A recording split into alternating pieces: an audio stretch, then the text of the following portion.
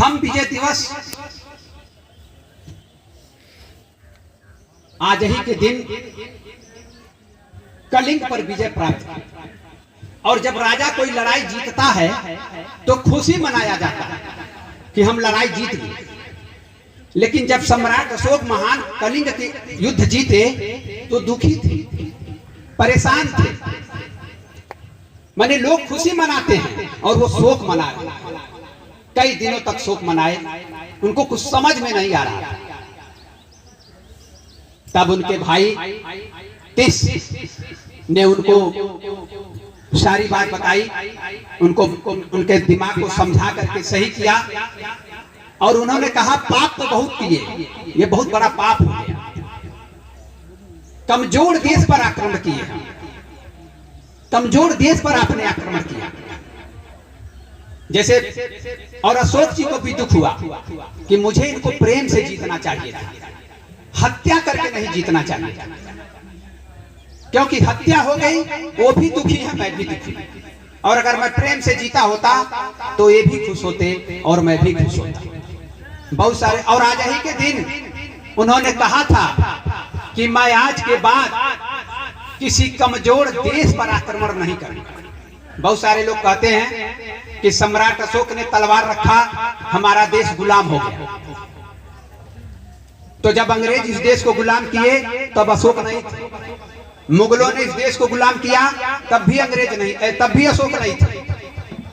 अशोक ने तलवार नहीं रखा, उन्होंने कहा था मैं किसी कमजोर देश पर आक्रमण नहीं करूंगा। जैसे आज सरकार लाइसेंस देती है तो जिसको होगा उसी को मार देंगे। जो आपको मारेगा उसको आप मारेंगे। तो सम्राट अशोक महान ने कहा था कि जो मुझे मारेगा, जो मुझे सताएगा, उसको मैं मारूंगा। लोक कल्याण के लिए उन्होंने कार्य करना शुरू किया। नहरें खुदवाना, कुएं खुदवाना, सड़कें बनवाना, सड़कों के किनारे फलदार वृक्ष लगवाना। आम, महुआ, जामुन, इमली माने फलदार वृक्ष। उस रास्ते लोग आएंगे जाएंगे, प्यासेंगे तो क्या खाएंगे। ऐसा कार्य, जीव जंतुओं के लिए अस्पताल बनवाना। और इतिहास में पहले ऐसे शासक हैं जिन्होंने ताकत रहते हुए कमजोर देश पर आक्रमण नहीं करते थे। और उसके बाद जितने भी राजा हुए वो जैसे ही मजबूत होते थे अपने पड़ोसी देश पर आक्रमण करके उसका सब कुछ छीन लेते थे। सम्राट अशोक महान ने कहा मैं छीनूंगा नहीं, मैं किसी का छीनूंगा नहीं। लोक कल्याण के लिए धर्म गुरुओं की नियुक्ति उन्होंने किया। लोक कल्याण के लिए धर्म गुरुओं की नियुक्ति किया, लोगों को सुधारने के लिए, समझाने के लिए।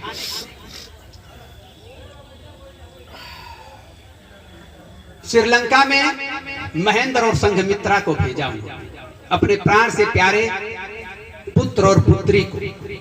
लोग धम्म के प्रचार के लिए अपना धन दान करते हैं, समय दान करते हैं, लेकिन उन्होंने अपने पुत्र और पुत्री का दान कर दिया। पूरे विश्व में उतना बड़ा दानी आज तक पैदा नहीं हुआ पूरे विश्व में। आज श्रीलंका की पहचान राम और रावण से। उस श्रीलंका की पहचान वहां के राजा तिस से होनी चाहिए और महेंद्र और संघमित्रा से होनी चाहिए। पटना में जिस नदी पर, गंगा नदी के घाट से जहां से उनके पुत्र गए थे महेंद्र, उसका नाम महेंद्रू घाट आज भी है। उसका प्रमाण आज भी पड़ा हुआ। तो लोग लंका वालों को क्या करने गए थे? उनके पुत्र और पुत्री लंका वालों को सुधारने के लिए गए थे। धर्म दो तरह का होता है, एक झूठा धर्म और एक सही धर्म। जैसे भगवान बुद्ध का जो संदेश है, सम्राट अशोक की जो नीतियां हैं, वो कर्म आधारित है, पूजा पाठ आधारित नहीं है। जैसे हम 8 दिन 4 दिन व्रत रख दें, 24 घंटा का व्रत रखते हैं श्रीलंका में, क्योंकि वो ज्ञान का प्रतीक है बोध वृक्ष। और जब श्रीलंका के राष्ट्रपति आए मध्य प्रदेश में कुछ साल पहले, तो उसी पेड़ की डाली ला करके मध्य प्रदेश में रोपा गया है, जहां पर सांची का स्तूप है। हर 15 दिन पे उस उस वृक्ष की जांच होती है, कहीं इस वृक्ष में कोई कीड़ा मकोड़ा तो नहीं न लग गया, क्योंकि श्रीलंका का राष्ट्रपति एक शासक उस वृक्ष का रोपण किया है। ये बहुत बड़ी ध्वज में अशोक चक्र है, ये भी सम्राट अशोक की महिमा है। माने पूरे भारत में जब तिरंगा फहराता है तो ये सबको, विश्व के लोगों को पता चले कि सम्राट अशोक के लोग, भारत के लोग सम्राट अशोक महान के बताए हुए मार्ग पर चल रहे हैं। आज भी वहां पर किसी भी प्रकार का कोई पाप कर्म नहीं होता है, वो झंडा बता रहा है। वीरता का सर्वोच्च पदक अशोक चक्र है, ये भी सम्राट अशोक महान की महिमा है। स्वतंत्र भारत के सपूतों ने सिंह शीर्ष को अपना राज चिन्ह बनाया, ये भी सम्राट अशोक महान की महिमा है। बाबा साहब भीमराव अंबेडकर ने आज ही के दिन भगवान बुद्ध के विचारों को स्वीकार किया, ये भी सम्राट अशोक महान की महिमा है। बाबू जगदेव प्रसाद ने जब अपना स्कूल सबसे पहले खोला और उसका नाम, स्कूल का नाम अशोक रखा, ये भी सम्राट अशोक महान की महिमा है। पेरियार ललई सिंह यादव ने अपने पुस्तकालय का नाम अशोक रखा, ये भी सम्राट अशोक महान की महिमा है। ये बहुत बड़ी बात है। आज उसी सम्राट अशोक महान का हम लोग विजयदशमी मनाए, उसका नाम था विजयदशमी, अशोक विजयदशमी, अशोक धम्म विजय दिवस।